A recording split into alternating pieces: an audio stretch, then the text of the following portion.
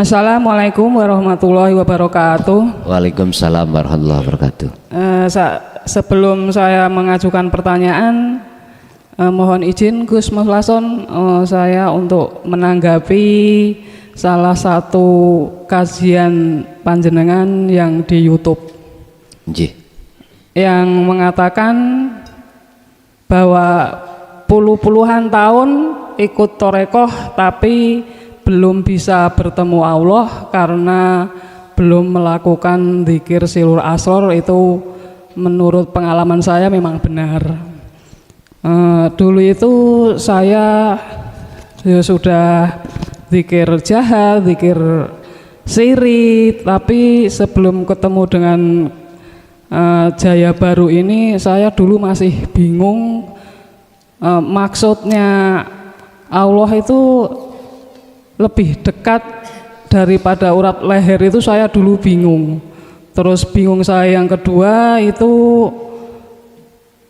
caranya ikhlas itu bagaimana ya, kok mau ikhlas itu susah karena walaupun awalnya berbuat baik itu niatnya ya karena Allah, tapi setelah orang yang dibaikin itu kadang-kadang menyakiti atau mengecewakan tuh pada akhirnya kan keikhlasan itu seperti hilang, seperti nggak tahu diri udah dibaikin gini gitu.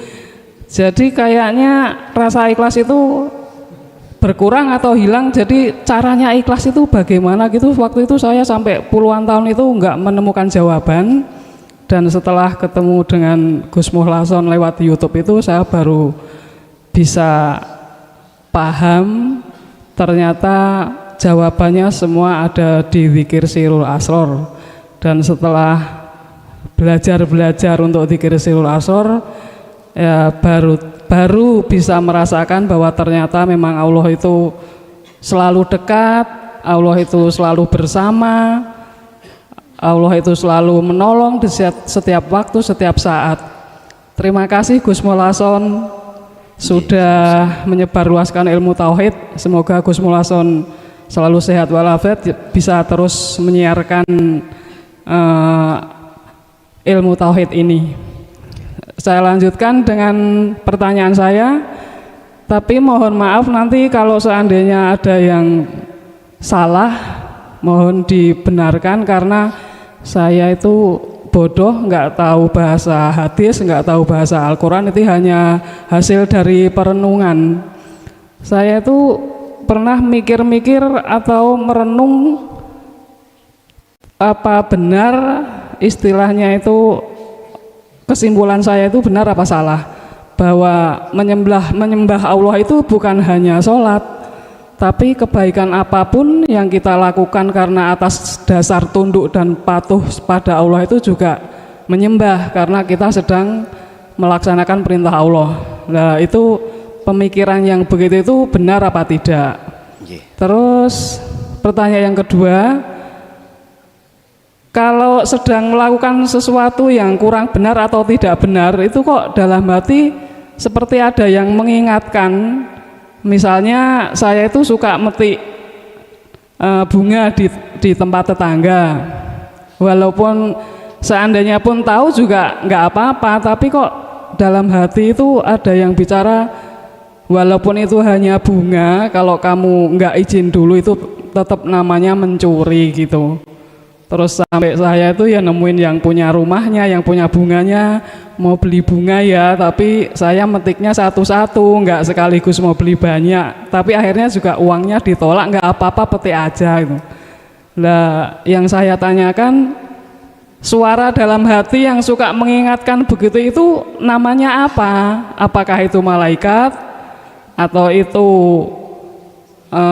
roh suci yang ada di setiap manusia, apa siapa gitu? Cukup sekian pertanyaan dari Sarah. Wassalamualaikum warahmatullahi wabarakatuh. Waalaikumsalam warahmatullahi wabarakatuh.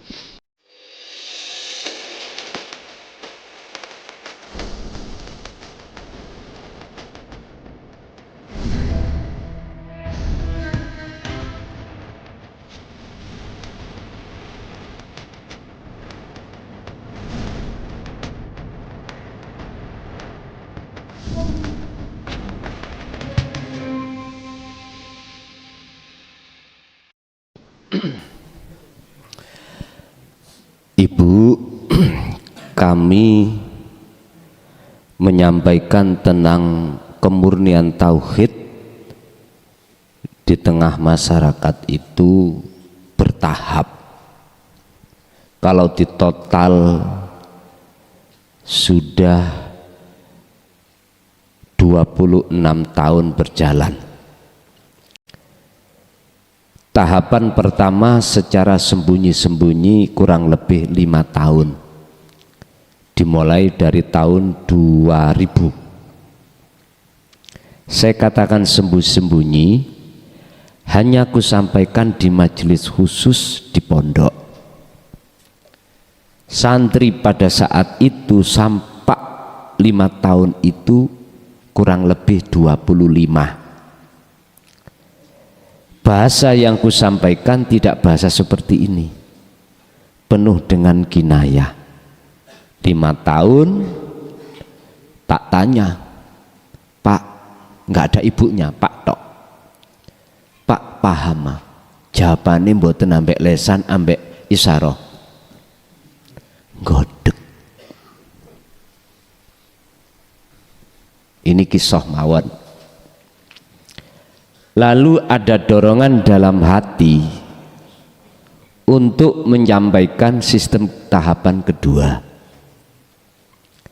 1, tidak kinayah artinya blak-blakan. 2, tidak khusus tapi untuk umum. Tapi resiko di situ sudah Allah tampakkan. Pertama, mesti kau akan diterka aliran sesat, ajaran sesat. Kedua, pasti kamu dituduh wong edan. Ketiga, jangan heran kau akan dibenci oleh banyak orang. Keempat, kalau luput kamu akan dibunuh. Begitu. Pertanyaan aku, kata Allah, maju apa mundur dengan konsekuensi itu? Pertimbangan saya, pengalaman pada diri saya sendiri. Mulai tahun 72 Bu, tidak jauh berbeda jenengan kisahnya seperti saya juga. Pada tahun itu awal kami itu dibengat di dalam thorikoh, saya katakan Qadriyah wa Naqsabandiyah. Nggih ngapunten Kang Adah, boleh kula buka kartu niki. Karena pengalaman itu kujadikan sebagai bahan untuk mengatakan kebenaran yang terjadi dan kesalahan yang terjadi pada diri saya. Memang sampai berapa puluh tahun pun nggak akan pernah bisa kita itu untuk usul datang Allah selama belum dibawakan miftahul hayah, kuncine urip, mboten saged. Di situ dilaksanakan, diumpamakan gini, apa mungkin hulek-hulek itu sok cukul? Bahasa logika kan nggak mungkin, Pak. Namanya hulek-hulek nih lho. Hulek-hulek niku mriki napa? Mutu. Gak mungkin ta isok cukul. Apalagi zaman saiki hulek-hulek dugi batu. Yang dari kayu aja nggak bisa kok, apalagi dari batu. Yang kedua, melihat keadaan jamaah 25 itu yang godek-godek, wow loh Pak, kula tersentuh. Akhirnya saya tidak berpikir resiko yang akan kuhadapi. Akhirnya kula jawab siap. Dasar kula namung setunggal.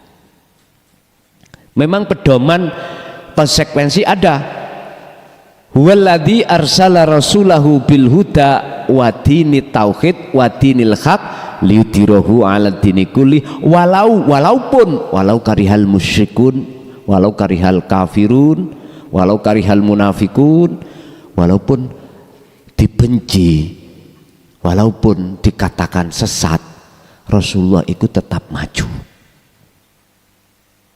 Walaupun kula piyambak gak iso ngeplek nderek Rasulullah sak mampu-mampune bahasa dohir kula sebagai umatnya, majulah saya. Sebelum jangkep 1 tahun Pak, ngapunten, iku kula mulai saat 2007, insya Allah sasi Muharram. Belum jangkep 1 tahun, wah wis aumek. Nak ngonin desa saya kon umek. Wonten sing mengatakan cilikane nyekel Quran, cekelan kitab gede-gede mudo. Ngono sing ngomong ngoten. Wis adalah indikasi untuk mengusir saya dari kaum. Sampun bahkan kula didatangi petugase untuk memilih di antara 2 pilihan. Ngeten pilihane. Tetap mukim di sini tapi vakum, gak boleh bicara tentang tauhid. Jikalau jenengan ikut tetap nyampe no, wajib kami usir. Pilih pundi? Kok ngoten Gusti Allah iku jawab lho sederhana Pak. Ngeten. Mati saiki mati sesuk padha wae. Kabeh wong ya mestine mati. Berarti kayak ditawar. Dengan kalimat itu, jawaban itulah akhirnya menjadi ngepir ya petugasnya walau ngepir. Iki wong gak tipe gak garing, dikum gak teles. Mungkin apa jenis kesimpulannya ngoten.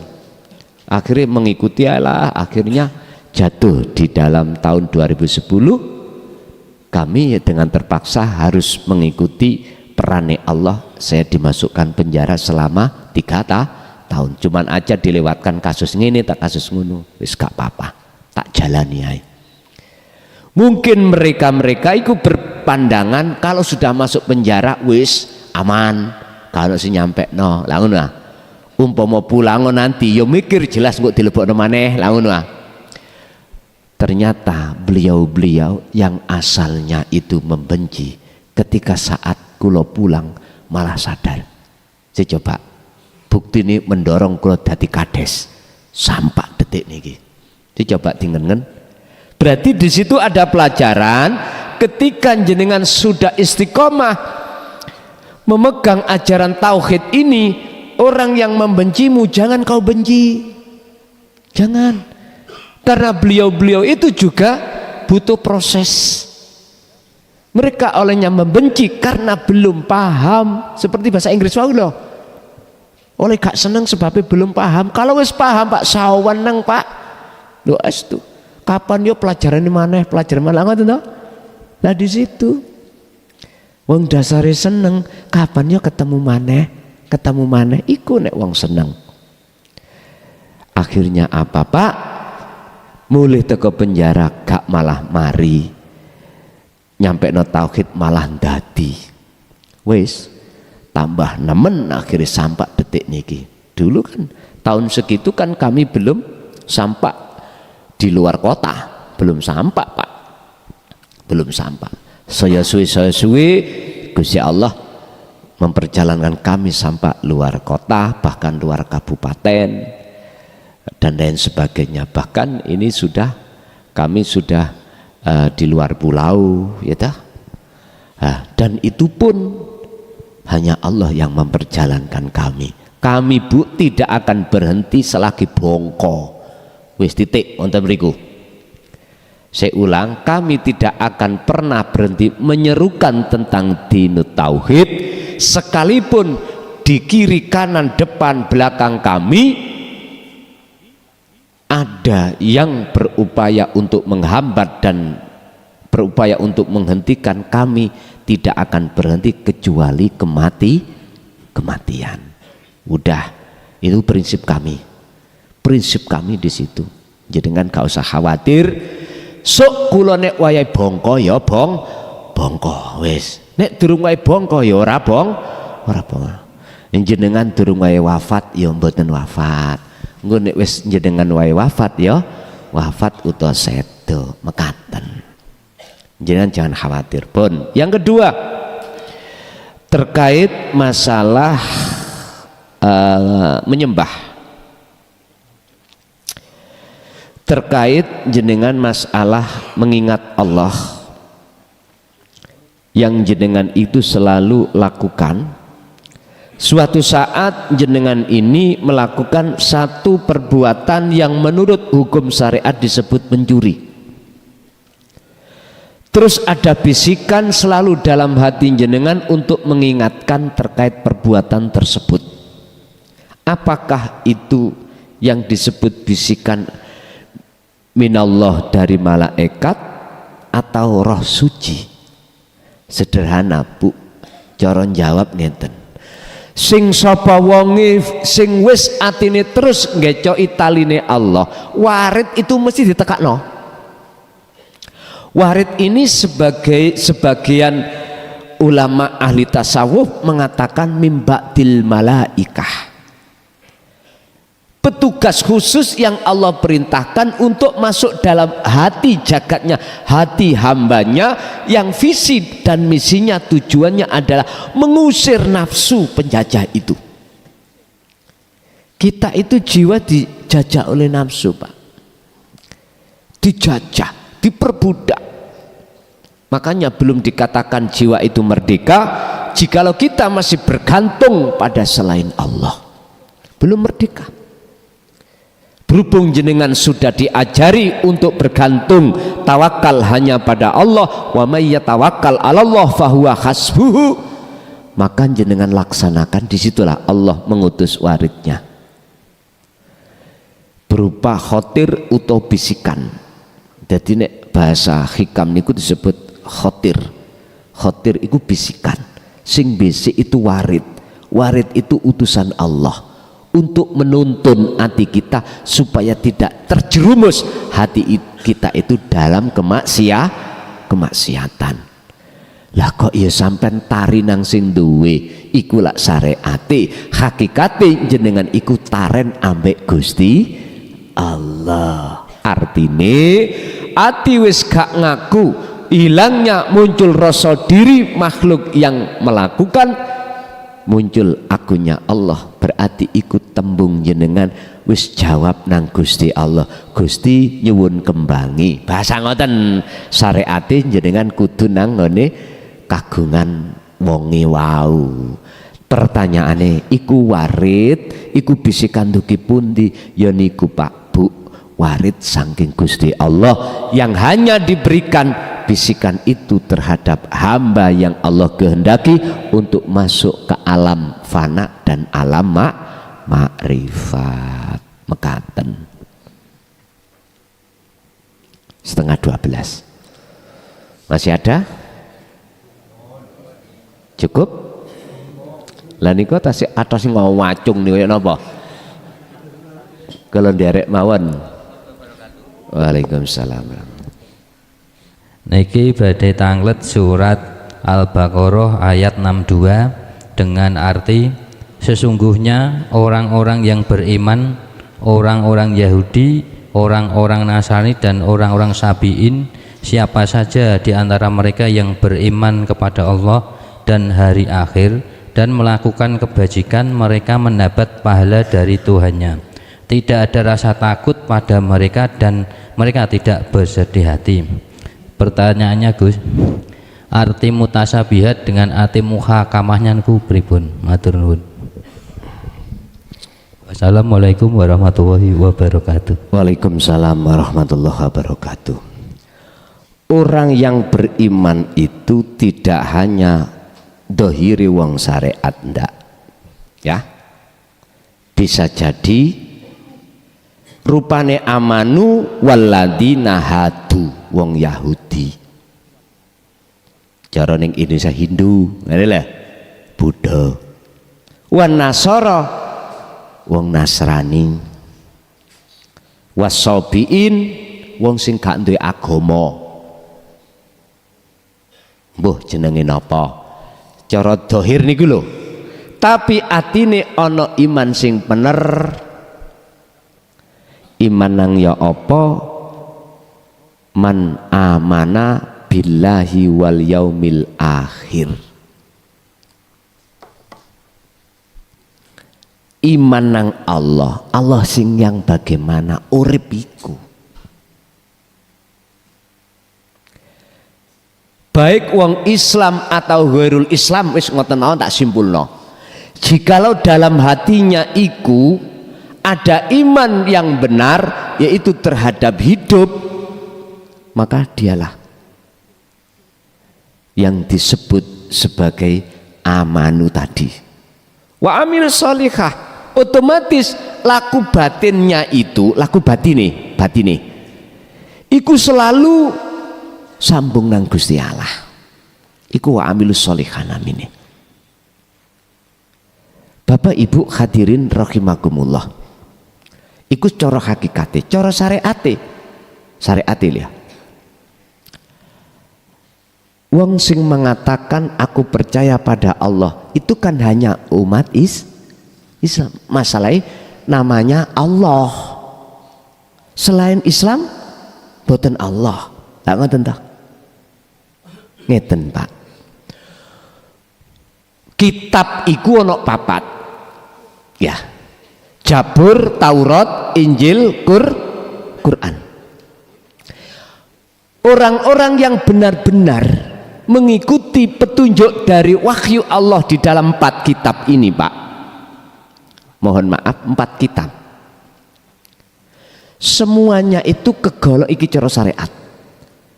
Orang yang amanu billah wal yaumil akhir, berarti hari akhir itu akhirat niku. Dalam kata lain, akhir itu hari kiamat. Hari kiamat itu hilangnya makhluk semuanya dalam hati panjenengan. Iku kiamat. Lah, ini orang-orang yang percaya terhadap ini, miturut ayat tersebut adalah golongan orang yang amanu wala khaufun alaihim walahum yahzanun. Mereka nggak ada rasa khawatir dengan keputusan takdir macam Allah luru. Enak gak enak? Sekarang pertanyaannya gini, kita umat Islam masih ono hukum rasa dalam diri ini khawatir, gelisah ndak dengan ketetapan yang gak enak? Kalau kita nggak ada rasa khawatir di situ, berarti cara syariat inilah orang yang dimaksud. Wes cara hakikat kita umat Islam, apakah masih ada khawatir dengan keputusan ketetapan Allah dalam setiap takdir? Contoh, jenengan kali kula duweni kekarepan nyalokno anak dadi TNI, wis entek akeh, khawatir enggak nek umpama imam gak dadi? Deg-deg enggak? Terus basa ngono, ketika pantukir diumumno gak masuk, piye rasane ati jenengan? Ono ati gelisah, berarti bukan ini yang dimaksud golongan, walaupun jenengan agama lahiri agama Islam. Jelas? Ini maksud daripada ayat ini, Pak. Masalah di belakang la khaufun alaihim walahum yahzanun. Tondone wong iku gak ono rasa khawatir, gelisah, takut dengan apa yang Allah tetapkan nanti. Hanya orang yang hatinya berzikirlah yang akan mendapatkan ketenangan dalam hati di dalam takdir sing gak enak mau. Sebab beliau iku sadar bahwasanya semua apa ketetapan bersumber dari Allah mekaten. Nggih, tas pundi pengurus?